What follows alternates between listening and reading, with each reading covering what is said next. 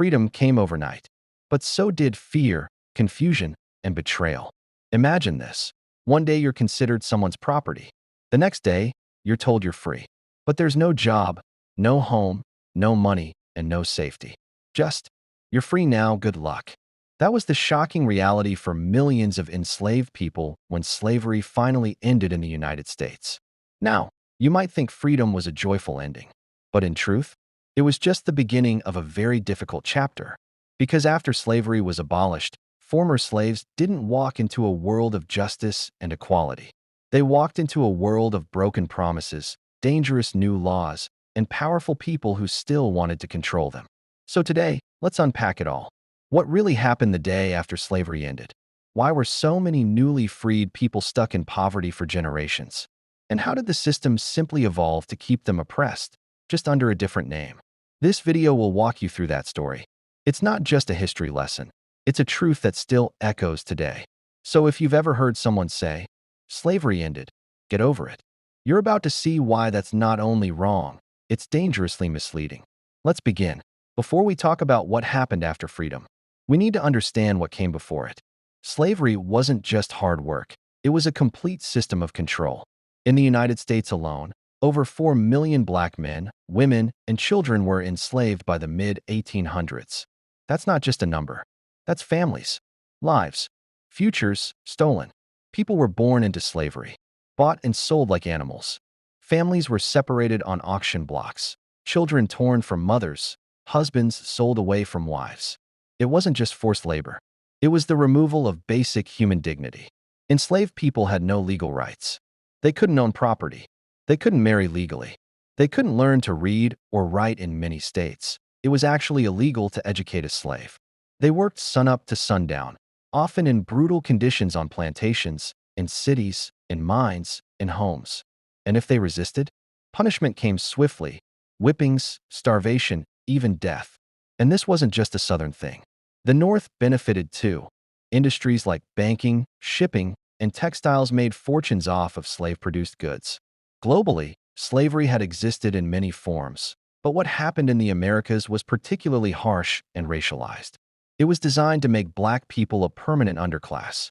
And by the time the Civil War broke out in 1861, slavery had become so deeply woven into the U.S. economy and culture that ending it was considered radical, even dangerous. So when freedom finally came, it wasn't just about opening a door. It was about tearing down a centuries-old system. But what did that tearing down really look like? Let's move into the moment that changed everything, or so it seemed. Let's set the record straight. In 1863, during the American Civil War, President Abraham Lincoln signed the Emancipation Proclamation. It's one of the most famous documents in U.S. history, but here's what many people don't realize. It didn't actually free all slaves. That's right. The Emancipation Proclamation only applied to Confederate states still in rebellion. So if you were enslaved in a state that was loyal to the Union, like Kentucky or Maryland, you were still in chains. And even in Confederate states, the proclamation had no real power without Union soldiers enforcing it. In other words, if the North hadn't won the war, the proclamation wouldn't have meant much.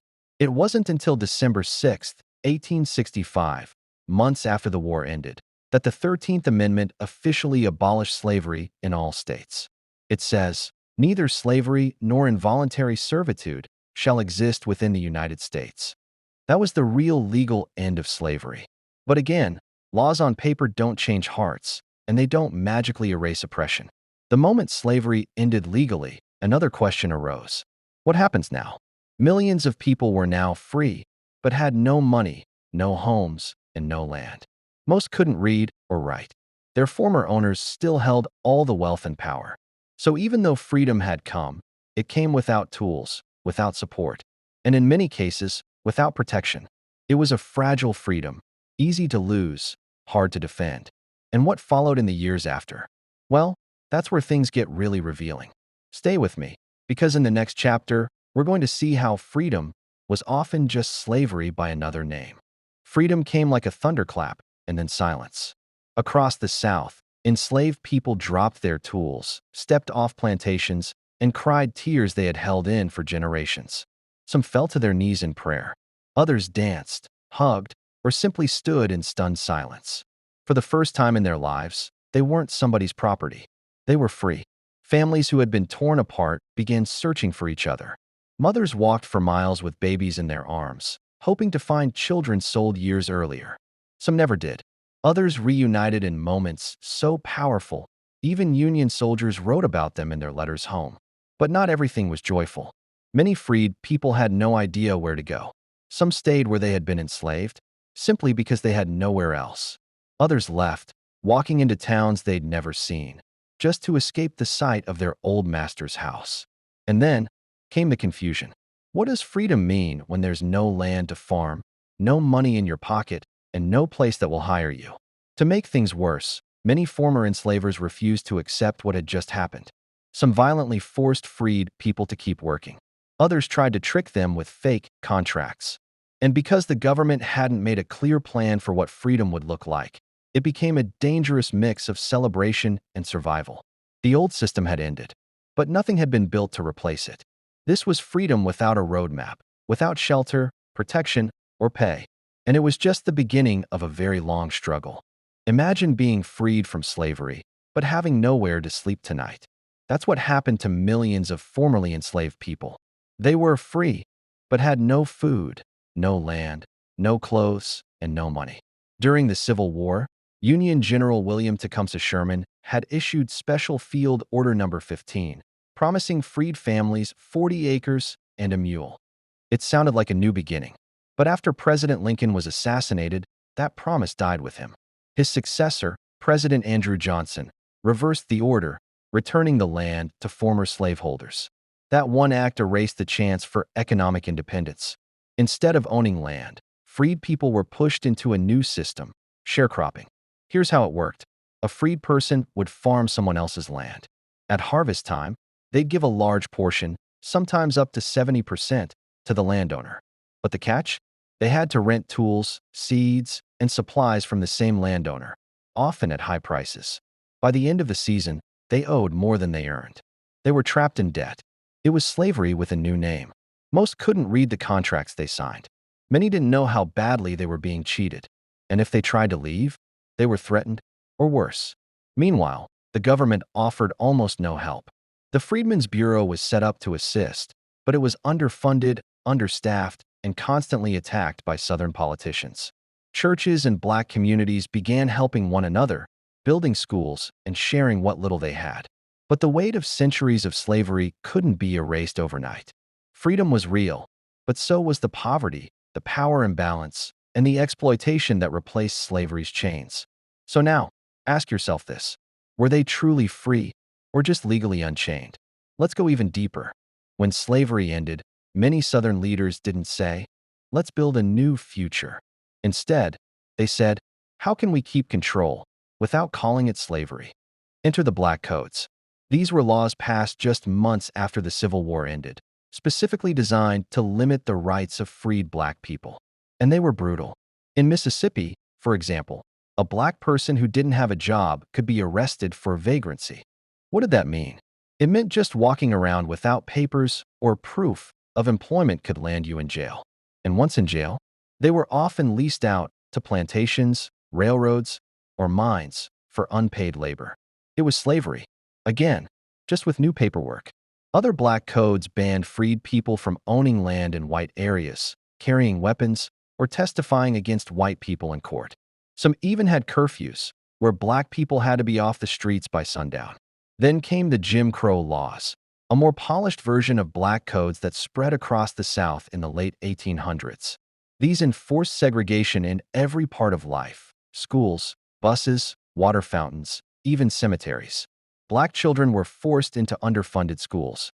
Black voters were blocked by poll taxes, literacy tests, and outright violence. If you stood up for yourself, you risked being lynched. This wasn't just about bad laws. It was a system designed to crush the spirit of free black people, to make them believe they were still second class, no matter what the Constitution said.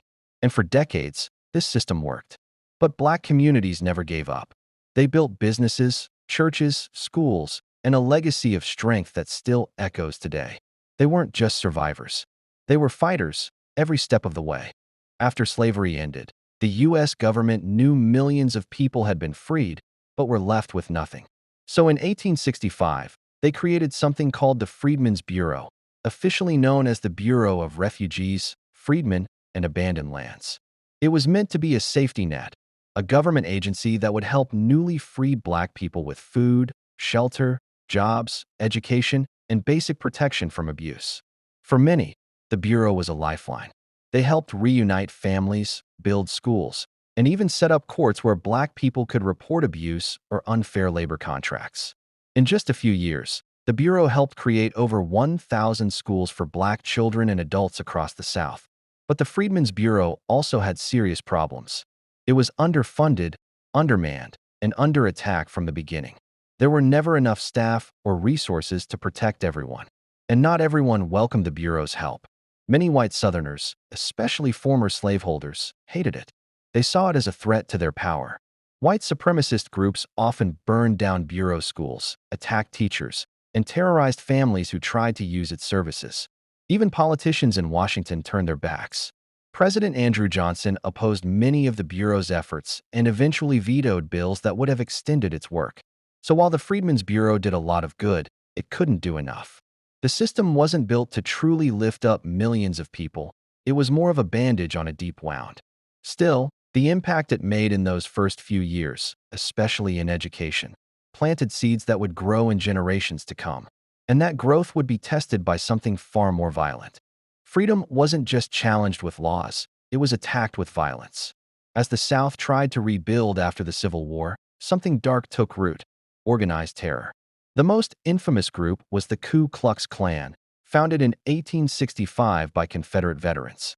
They wore white hoods and robes and claimed to be protecting Southern society. But their real goal? Fear, control, silence. The Klan and similar groups began lynching Black men and women, burning Black churches and schools, and targeting anyone, Black or white, who supported racial equality. They didn't just kill. They wanted to send a message. You may be free, but you're not safe. Politicians, judges, even teachers were threatened. Black voters were beaten or killed on election days. In many areas, voter turnout dropped to near zero, not because people didn't care, but because they feared for their lives. This era was terrorism, plain and simple, and the government didn't always stop it. But here's what's even more powerful. Black communities didn't give up. They resisted, not always with weapons, but with unity. They organized mutual aid groups. They built schools, bought land together, and formed churches that became hubs for social justice. Some even formed militias to protect their towns. They knew education was power, so parents who couldn't read sent their kids to school, even if it meant risking violence. Black women became leaders, running schools, forming clubs, raising funds, and defending their homes with dignity and fire. So yes, terror reigned, but so did resistance, resilience, and hope. Because the fight for freedom didn't stop when slavery ended. It only changed shape. Let's be honest. The end of slavery didn't mean the end of the struggle. It was just the beginning. After 1865, Black Americans had to fight for every single right most people take for granted.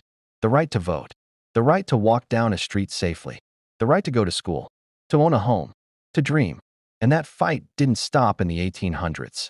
It grew into the civil rights movement of the 1950s and 60s, led by people like Martin Luther King Jr., Rosa Parks, Malcolm X, and so many others who risked their lives to say, "We are not free until we are equal."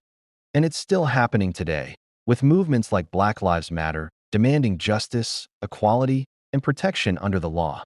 Because let's face it, freedom on paper doesn't always match freedom in real life. There's a powerful quote from Frederick Douglass, a man who escaped slavery and became a national leader.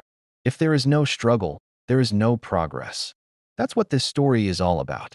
The men and women who were freed from slavery didn't just sit and wait for justice. They built it. They bled for it. They passed it down to the next generation. And the legacy they left behind, it still fuels the fight for freedom today. So, what actually happened when slaves were freed? They rejoiced. They wept. They searched for lost family. They stepped into a world that promised freedom, but gave them hardship, betrayal, and danger instead. But they didn't give up. They built schools. They started families. They lifted each other up. even when the world pushed them down. Freedom was not a finish line, it was a beginning, a door that opened to a long, uphill road. And they walked that road with courage we still benefit from today. Now, if this story opened your eyes, if you learned something new, if you felt the weight of their journey, then do one simple thing. Hit that subscribe button. Let's keep uncovering the truths they never taught us in school. Let's honor the voices that couldn't speak, but changed history anyway. Because history isn't just about what happened. It's about what we do with it now.